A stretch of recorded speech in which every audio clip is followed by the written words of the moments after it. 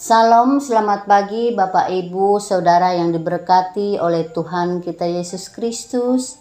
Selamat berjumpa pada renungan kabar bahala pada pagi hari ini, Selasa 17 Oktober 2023, dari Majelis Jemaat GKI Plangka 1 bersama saya, Diakon Rayawati dari lingkungan pelayanan 2. Saya ucapkan salam sejahtera buat kita semua, dimanapun kita berada. Damai dan sukacita oleh Roh Kudus melimpah dalam hati kita semua. Sebelum membaca dan merenungkan firman Tuhan, marilah kita berdoa.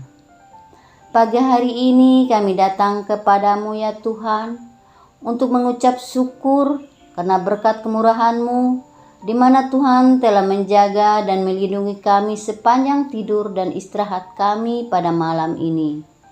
Dan pada saat ini kami mau membaca dan mendengarkan renungan firman-Mu. Jamahlah hati kami supaya terbuka pada setiap kebenaran-Mu, dan kami mau taat pada kasih Tuhan. Dalam nama Tuhan Yesus kami berdoa, amin. Nas yang menjadi dasar renungan kita pada pagi ini sesuai dengan Almanak GKE dari Amos pasal 9 ayat 5-15, terdiri dari 3 judul. Yang pertama, penglihatan kelima, Tuhan dekat mezbah. Yang kedua, bangsa pilihan ditolak Allah. Dan yang ketiga, mengenai keselamatan. Tuhan Allah semesta alamlah yang menyentuh bumi sehingga bergoyang, dan semua penduduknya berkabung, dan seluruhnya naik seperti sungai Nil, dan surut seperti sungai Mesir, yang mendirikan anjungnya di langit dan mendasarkan kubahnya di atas bumi, yang memanggil air laut dan mencurahkannya di atas permukaan bumi. Tuhan itulah namanya. Bukankah kamu sama seperti orang Etiopia bagiku, hai orang Israel? Demikianlah firman Tuhan. Bukankah aku telah menuntun orang Israel keluar dari tanah Mesir, orang Filistin dari Kaptor, dan orang Aram dari Kir? Sesungguhnya Tuhan Allah sudah mengamat-amati kerajaan yang berdosa ini. Aku akan memunahkannya dari muka bumi.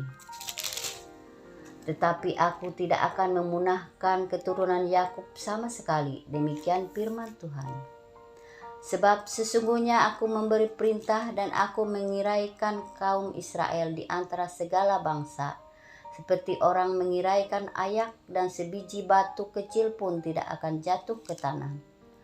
Oleh pedang akan mati terbunuh semua orang berdosa di antara umatku, yang mengatakan malapetaka itu tidak akan menyusul dan tidak akan mencapai kami.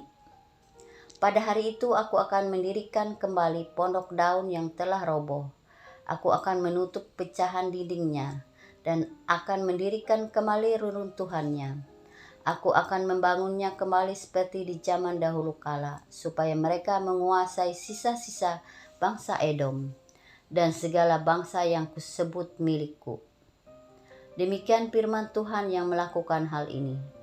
Sesungguhnya waktu akan datang, demikianlah firman Tuhan, bahwa pembajakan akan tepat menyusul penuai, dan pengirik buah anggur penabur benih.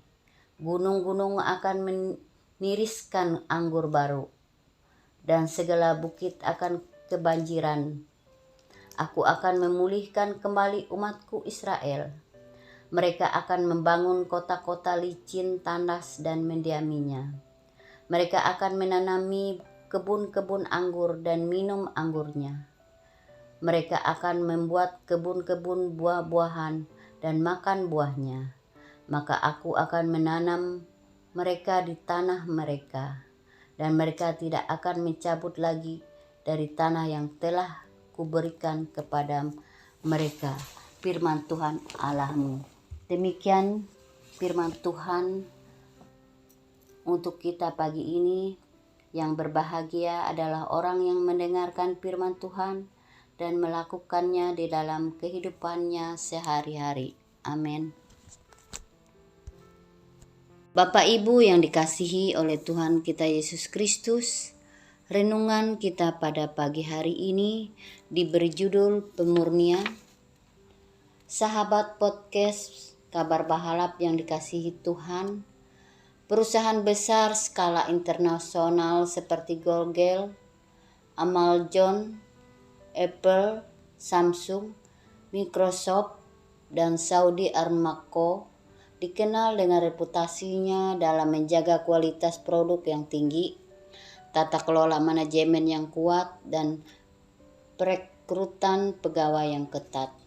Tidak heran hal itu telah melambungkan nama perusahaan tersebut dan produknya pun menjadi jaminan yang bertahan hingga hari ini. Kunci keberhasilan dari beberapa perusahaan besar ini adalah pemurnian. Pemurnian bertujuan menjaga kualitas komitmen, motivasi, dan orientasi. Pemurnian adalah upaya mengajak atau melibatkan seorang atau beberapa orang yang saling berkaitan untuk mengerjakan pola yang sama. Singkatnya, pemurnian menuntut komitmen dari semua pihak dan bagi yang tidak dapat mematuhinya akan disingkirkan. Melalui Nabi Amos, Tuhan Allah melakukan hal yang sama, yaitu pemurnian. Kali ini pemurnian kepada bangsa Israel tidak dapat dihindari. Pada pasal 9 ayat 5 dan ayat 6, Tuhan Allah mengingatkan bahwa bangsa Israel adalah milik pusakanya atau produknya sendiri. Tujuan Tuhan Allah tidak hanya semata-mata mengeluarkan bangsa Israel dari Mesir agar bebas begitu aja, tidak, tapi lebih dari itu yakni membentuk, mendidik agar mereka menjadi berkat bagi bangsa-bangsa lain. Langkah pertama pemurnian ini adalah mengingatkan asal-usul bangsa Israel. Langkah pemurnian kedua adalah penolakan. Jika bangsa Israel tidak mematuhi perintah Tuhan Allah, maka mereka akan ditolak. Sekalipun status mereka sebagai bangsa pilihan tidak menghalangi Tuhan Allah untuk menghukum mereka. Hal ini digambarkan pada ayat 7 sampai dengan ayat 10. Agar mereka tahu bahwa tidak seorang pun yang lolos dari disiplin Allah. Selanjutnya, langkah pemurnian terakhir adalah ketika Tuhan Allah memberi kesempatan bagi bangsa Israel yang ingin bertobat dan berbalik kepadanya. Namun perlu diingat bahwa mereka yang kembali harus tetap mematuhi cara kerja Tuhan Allah. Inilah gambaran kasih Tuhan Allah bagi bangsa pilihannya yang digambarkan Nabi Amos pada ayat 11 sampai dengan ayat 15. Sahabat podcast Kabar Bahalap yang terkasih Tuhan, apa yang dapat kita pelajari melalui firman Tuhan hari ini? Pemurnian tidak hanya berlaku pada bangsa Israel pada masa perjanjian lama saja, namun juga berlaku bagi kita yang hidup hari ini. Pemurnian diberlakukan sebab dengan cara itulah kita dapat mengikuti rencana dan mencapai tujuan Tuhan Allah dalam hidup kita. Ingatlah bahwa Tuhan Allah sering menggunakan situasi dan kondisi untuk memurnikan panggilan dan komitmen kita untuk melayaninya. Pemurnian dapat menghasilkan hal-hal yang baik yang terpancar dalam kata-kata, dalam pikiran dan tindakan. Lalu maukah kita memasuki fase pemurnian yang dimulai hari ini? Demikian renungan kita pagi hari ini. Bapak, Ibu, saudara-saudari, mari kita merendahkan diri kita di hadapan Tuhan. Kita berdoa. Bapa kami yang di surga, Bapa, di dalam nama Tuhan Yesus Kristus, kami bersyukur untuk firman-Mu ya Tuhan, yang mengajar kami bahwa pemurnian pasti akan terjadi, penyucian, pengujian akan dialami, goncangan akan terjadi, dan itu semua bertujuan untuk menyempurnakan yang percaya dan berharap kepadamu. Kami menyadari ya Tuhan bahwa pemurnian itu bukan untuk menjatuhkan kami, tapi untuk membuat kami semakin bersinar dan murni di hadapan-Mu ya Tuhan. Terima kasih ya Tuhan, kami bersyukur karena kami telah Engkau angkat sebagai anak-anak-Mu, masuk sebagai anggota kerajaan-Mu ya Tuhan. yang tidak akan tergoncangkan, sehingga ketika segala goncangan itu terjadi, kami tetap kuat dan terus bertahan di dalam iman kami.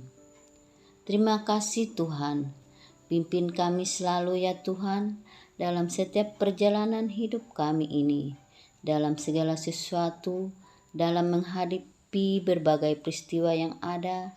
Biarlah Tuhan memberikan hikmat-Mu, supaya kami dapat mengerti dan memberikan kami kekuatan-Mu ya Tuhan, untuk bisa kami lewati semuanya. Terima kasih ya Tuhan, kami bersyukur akan firman-Mu sepanjang hari ini. Kami mohon pimpinan Tuhan, tuntunan kami setiap langkah, dan sertai kami dalam aktivitas kami.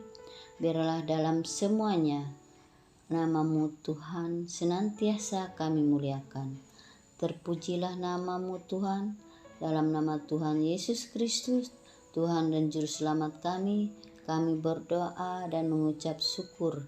Haleluya, amin. Demikian renungan firman Tuhan untuk kita pagi ini. Tuhan Yesus selalu bersama kita. Jangan lupa like, komen, subscribe, bagikan pelayanan ini bagi semua orang.